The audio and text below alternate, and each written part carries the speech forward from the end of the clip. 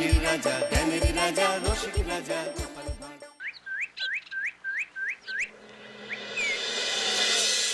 একই গিন্নি, এই কটা ভাতে কি পেট ভরবে? ও যা ভাত আছে না, ওটা বেড়াল ডিগোতে পারবে না। হ্যাঁ, আরে বাবা, আমি আর বেড়াল এক হলো? এই বাড়তি কথা না বলে খাও তো।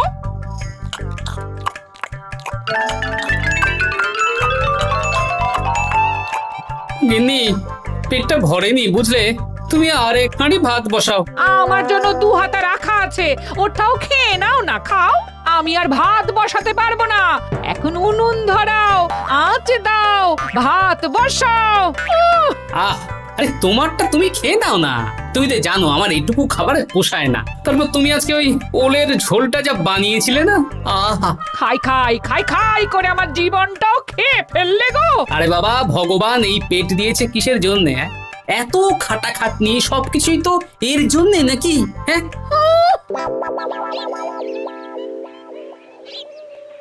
দাদু, অনেকদিন ভূতের গল্প শুনিনি, আজকে আমরা ভূতের গল্প শুনবো। বেশ, শোন তাহলে। আমাদের রাজ্যে আজ থেকে বেশ অনেক বছর আগে একটা খুব পেটুক লোক থাকতো। তোমার মতন পেটুক? বলতে পারিস, কিন্তু ওর গিন্নি ওকে ভালো মতো খেতে দিত না। তাই একদিন না খেয়ে খেয়ে অক্কা পায় আর ভূত হয়ে এদিক সেদিক ঘুরতে থাকে। তারপর কি হলো দাদু? তারপর তো সে এক মজার ব্যাপার। ভূতকে ওর গিন্নি চোখে দেখতে পেত না, তাই সেই পেটুক ভূত কিছুদিন পর থেকে গিন্নির উপর হুজ্জুতি শুরু করলো। কিরকম হুজ্জুতি দাদু? গিন্নি যা রান্না করতো সব চুরি করে খেয়ে নিত।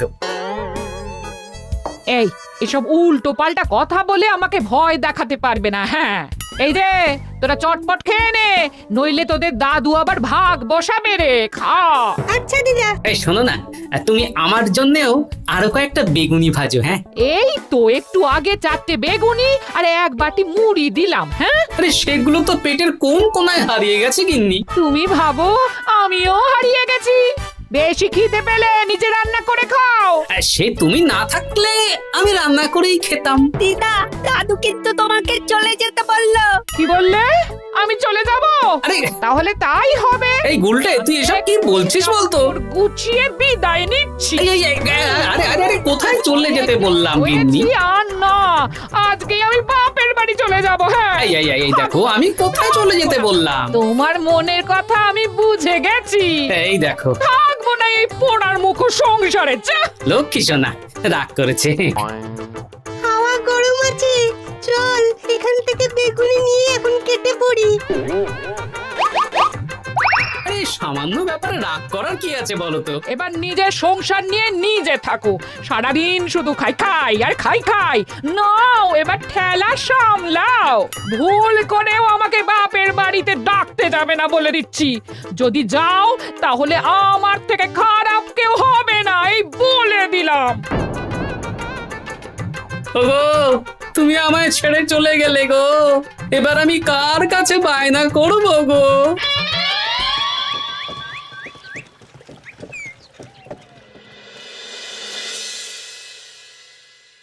রে, তুই একা একা? জামাই কোথায়? তোমাদের জামাইকে ছেড়ে চলে এসেছি। এ মা, তুমি কি থাকতে দেবে না আমি চলে যাব? এসব আবার কি কথা বলছিস তুই? হ্যাঁ, এ তো তোরও বাড়ি। আমাদের ভাত ডাল জুটলে তোরও জুটবে। কি হয়েছে রে দিদি? দিন রাত খেটে খেটে কয়লার মতো পুড়ে যাচ্ছি, আর ওনার বায়না শেষ নেই। সারাদিন শুধু খাই খাই আর খাই খাই। এবার বুঝবে জামাই বাবু। হ্যাঁ, নিজে হাত পুড়িয়ে রান্না করার ঠেলা।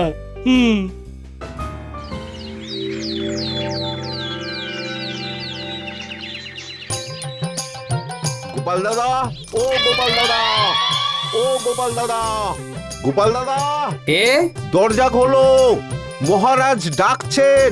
এই রে, অনেক বেলা হয়ে গেল। আরে দরজাটা খোলো। যাচ্ছি যাচ্ছি। আরে আজকে তো গ্রামের সেচ প্রকল্প নিয়ে আলোচনা আছে, মহারাজ তাই তোমাকে ডাকছেন। মুখ হাত ধুয়ে যাচ্ছি।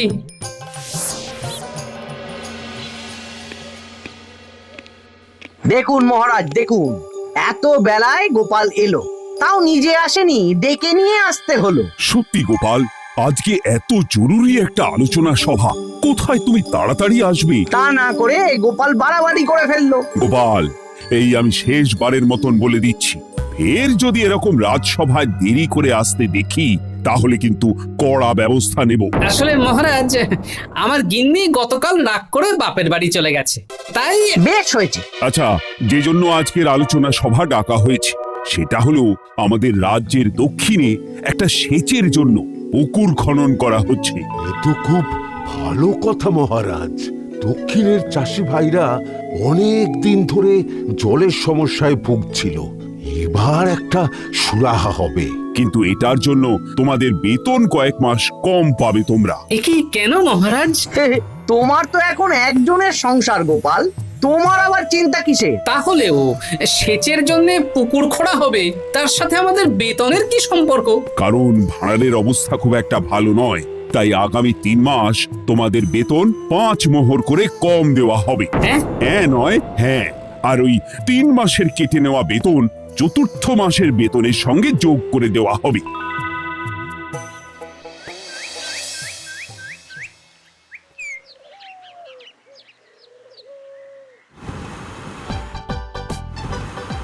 কি দাদু, এ তোমার চোখ মুখের কি অবস্থা? কালি ঝুলি মেখে ভূত। কি আর করবো বল, এসব কি আমার কাজ রে? কালকে ভূতের গল্প শোনাচ্ছিলে, আজকে নিজেই ভূত সেজে বসে আছো।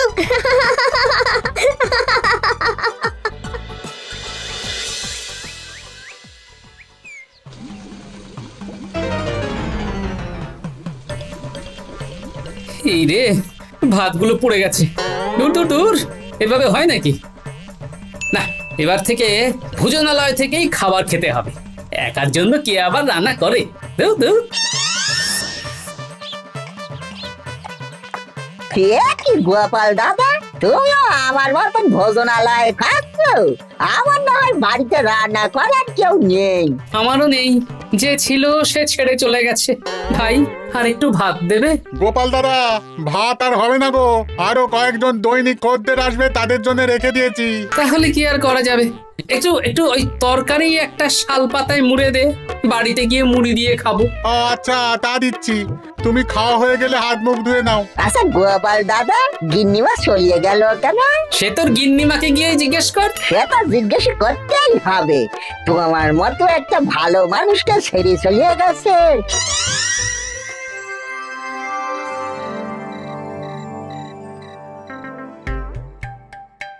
এসো এসো। এই নাও ধরো, পুঁটির মা তোমার জন্য কটা রুটি আর তরকারি পাঠালো। শুনলাম তুমি বাইরে ভোজনালয় খাচ্ছ। কি আর করবো বলো, একদিনই ঘর দুয়ারের একই অবস্থা করেছো গো গোপাল দাদা। ওই একার সংসার, এখন আমার কাজের মধ্যে 2, খাই আর শুই। তা গিন্নিমাকে খবর দাও। না না না, খবর দিলে আবার অশান্তি শুরু করবে, বরং তুমি গিয়ে বলো। বেশ, তাহলে কালকে আমি তোমার শ্বশুর বাড়ির দিকে সার কিনতে যাব, না হয় গিন্নিমাকে আমিই খবর দিয়ে দেবো।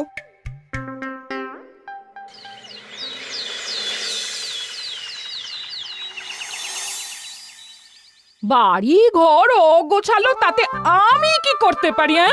এখন আমি আর ওই বাড়িতে থাকি না। হ্যাঁ, শুধু তাই না, গোপাল দাদা বাইরে ভোজনালয়ে তেল মশলা দেওয়া উল্টো পাল্টা খাবার খাচ্ছে গো। থাক, আমাকে এসব কথা শোনাতে আসবে না পুটির বাবা।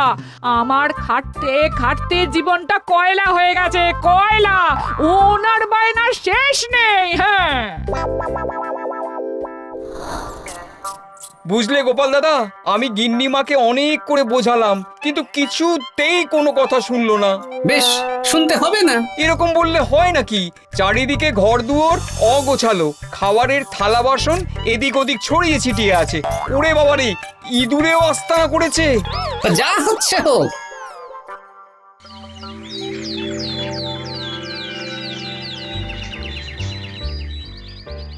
ভোলা, আটটা কচুরি দাও তো, ঝটপট খেয়ে রাজসভায় চলে যাব।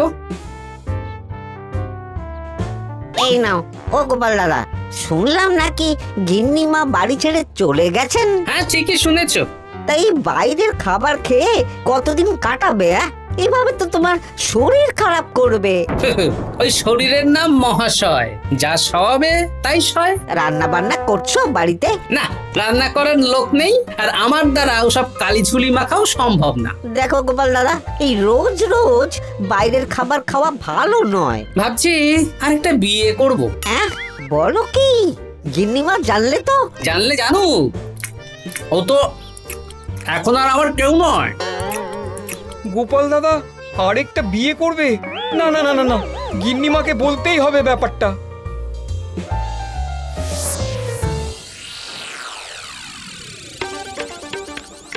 গিন্নিমা, তুমি আবার এসেছো পুটির বাবা। সর্বনাশ হয়ে গেছে।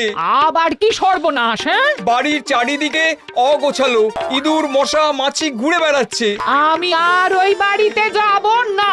গোপাল দাদাও সেই ব্যবস্থাই পাকাপাকি করতে চলেছে, আরেকটা বিয়ে করবে। কি বললে?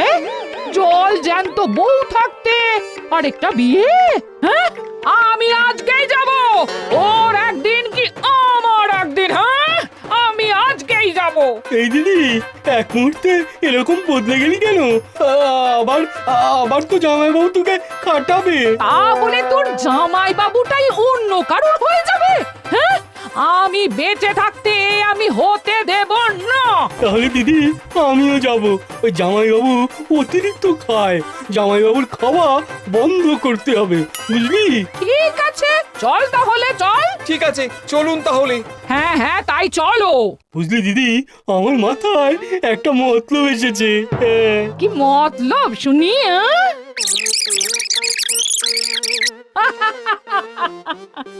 এই বেশ তো বেশ, এতে যদি তোর জামাই বাবুর অতিরিক্ত খাওয়া কমে তাহলে তো ভালোই কথা। হ্যাঁ, কিন্তু খুব সাবধান, গোপাল দাদার নজর কিন্তু বাজ পাখির নজর। তাহলে যাওয়ার পথে একটা সাজঘর হয়ে যেতে হবে। হ্যাঁ, তাড়াতাড়ি চলুন, রাতে মনে হয় ঝেঁপে বৃষ্টি হবে। কই গো, বলি কোথায় গেলে? এ কি, আমি তো বেশ ভালোই ছিলাম, তা তুমি আবার ফিরে এলে কেন? আমি বেঁচে থাকতে তুমি আবার বিয়ে করবে? ওসব চলবে না। আমি এক সাধক বাবাকে নিয়ে এসেছি, তোমার সব ভীমরতি ইনি ছড়িয়ে দেবেন। হ্যাঁ, আজকে থেকে তোমার অতিরিক্ত খাওয়া দাওয়া বন্ধ করার দায়িত্ব এনার। যা বাবা,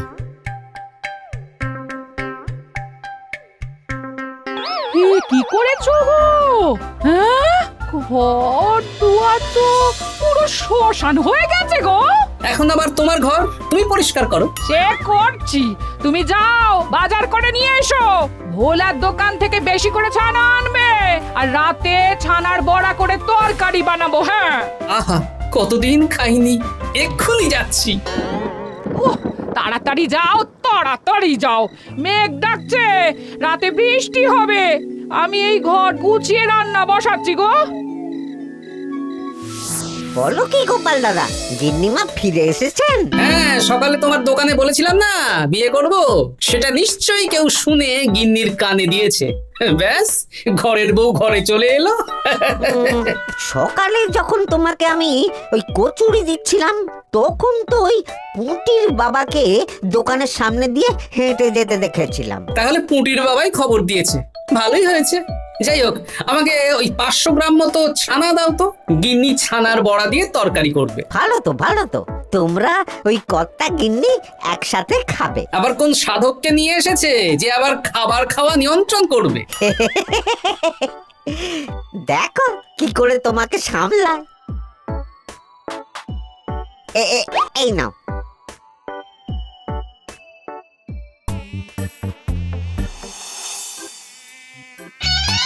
দেখি গিন্নি, আমার জন্য দুটো বড়া আর ওনার জন্য এতগুলো? বেশি খেলে তোমার চেহারা ঠিক হবে না বৎস, তোমাকে রোগা হতে হবে, তাই কম খেতে হবে, বুঝলে? ঠিক আছে, আপনাকে আমি মজা দেখাচ্ছি। অগত্যা গিন্নির হাতের খাবার খাচ্ছি, এই আমার 14 পুরুষের ভাগ্য ভালো।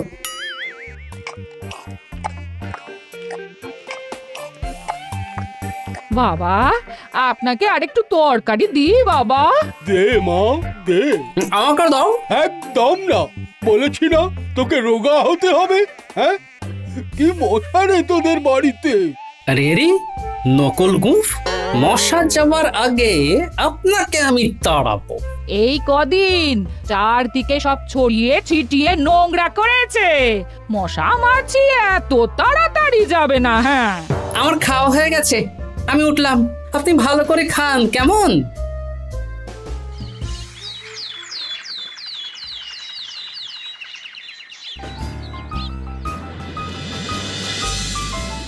বিজ্ঞানী, আরে গোপাল যে, কি ব্যাপার? একটা সাহায্য চাই বিজ্ঞানী।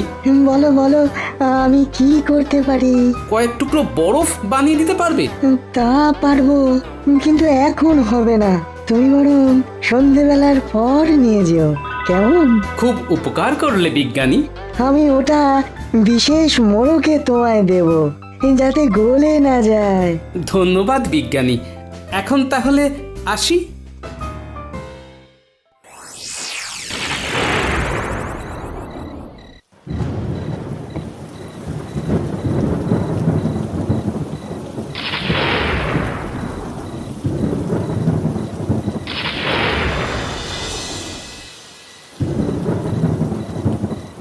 ভালো করেছিস বাবা, যা মশার উৎপাত, মশারি ছাড়া ঘুমোনো যাবে না। কথায় আছে সেবাই পরম ধর্ম, তাই একটু ধর্মকর্ম করছি আর কি। আপনি ঘুমিয়ে পড়ুন, আমরা ওই ঘরে গেলাম। হ্যাঁ, সব দরজা জানলা ভালো করে বন্ধ করে দিয়েছো তো? ঝেপে বৃষ্টি নেমেছে। হ্যাঁ হ্যাঁ, কোনো চিন্তা নেই, তুমি ঘুমো। আজকে অনেক খাটনি হয়েছে গো। হ্যাঁ, জয় ঠাকুর।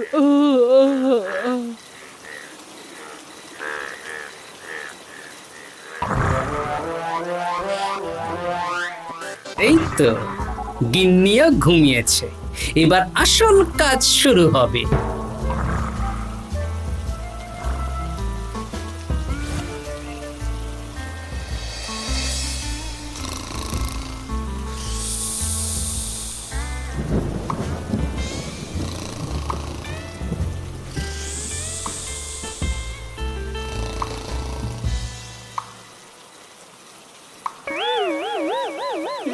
কি জল পড়ছে কেন? চাল ফুটো হয়ে গেল নাকি? এত রাতে দিদিকে ডাকা ঠিক হবে না। আরে আরে কি মুশকিল, এখনই জল পড়ছে। আরে দূর দূর।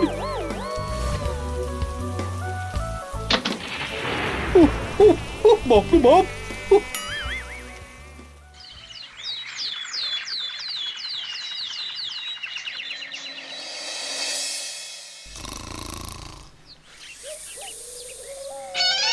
সুপ্রভাত।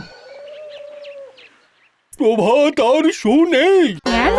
সারা রাত প্রথমে ভিজেছি, তারপরে মশার কামড় খেয়েছি। ভিজেছেন কেন? কি রাতে চাল ফুটো হয়ে জল পড়ছিল, খুব ঠান্ডা লেগেছে। একটু একটু মধু আর তুলসী পাতা দে, একটু খাই। এই দিচ্ছি বাবা। এ হতেই পারে না, কদিন আগেই তো চাল সারিয়েছি। ঘরের মধ্যে তাহলে জল এলো কি করে? ঠিক যেভাবে আপনার নাকের নিচে নকল গোঁফ এসেছে শ্যালক বাবু, ঠিক সেইভাবেই। এই রে, হয়ে গেল। দাড়িটাও তো নকল। না মানে আমি বুঝিয়ে বলছি গোপাল, তুমি তো একটু বেশি করে খাও, তাই আমি ভেবেছিলাম ওই তোমার যাতে খাওয়াটা একটু কমে, তাহলে আমার দিদির খাটনিটা একটু কমবে। খাটনি কমাতে তো আপনি আসেননি, উল্টে আপনি নিজের ছলে বলে খাচ্ছিলেন। অতিথি হিসেবে এলে নিশ্চয়ই খাওয়াতাম, কিন্তু এটা আপনি ঠিক করেননি। ওগো, ও তো আমার ভালোর জন্যই করেছে। তুমি আমার বিবাহিত স্ত্রী, ও এখন তৃতীয় ব্যক্তি, তুমি ওর কথা কেন শুনবে? হ্যাঁ, প্রথমে বাচ্চাগুলো মস্করা করলো, সেই শুনে তুমি চলে গেলে। ওরা তৃতীয় ব্যক্তি, ওদের কথায় কান দিলে। তারপর পুঁটির বাবার কথা শুনে বিশ্বাস করলে আমি সত্যিই বিয়ে করছি। হ্যাঁ, সেই জন্যেই তো চলে এলাম। হ্যাঁ, এখানে পুঁটির বাবাও তৃতীয় ব্যক্তি, আর তারপর শ্যালক বাবুর কথায় আমাকে কম খেতে দিচ্ছ, আর উনিও তৃতীয় ব্যক্তি। ইয়ে, না মানে? হ্যাঁ মানে না মানে কিছু না। যখনই সংসারে স্বামী স্ত্রীর মাঝে তৃতীয় ব্যক্তি প্রবেশ করবে তখনই অশান্তি হবে। নিজেদের সমস্যা আমরা নিজেরাই ঠিক করে নেব। আচ্ছা গো, আচ্ছা ঠিক আছে, আর কোনো বাইরের লোকের কথা শুনবো না। এবার বলো তো, ছাদ থেকে জল পড়ার ব্যাপারটা কি? ওটা তো কাল রাতে মশারির উপরে বরফ রেখেছিলাম, আর সারা রাত ধরে বরফের জল শ্যালক বাবুর গায়ে পড়েছে। ছাদ ঠিকই আছে গিন্নি। হ্যাঁ নয় হ্যাঁ, কাল যখন খাবার খাওয়ার সময় দেখলাম আপনার গোঁফ খুলে যাচ্ছিল, আপনি ঠিক করলেন, তখনই একটা সন্দেহ হয়। ওরে গোপাল, আমি আর তোমাদের কর্তা গিন্নির মাঝে থাকবো না। আমি পালাই। হাসির রাজা জ্ঞানের রাজা রসিক রাজা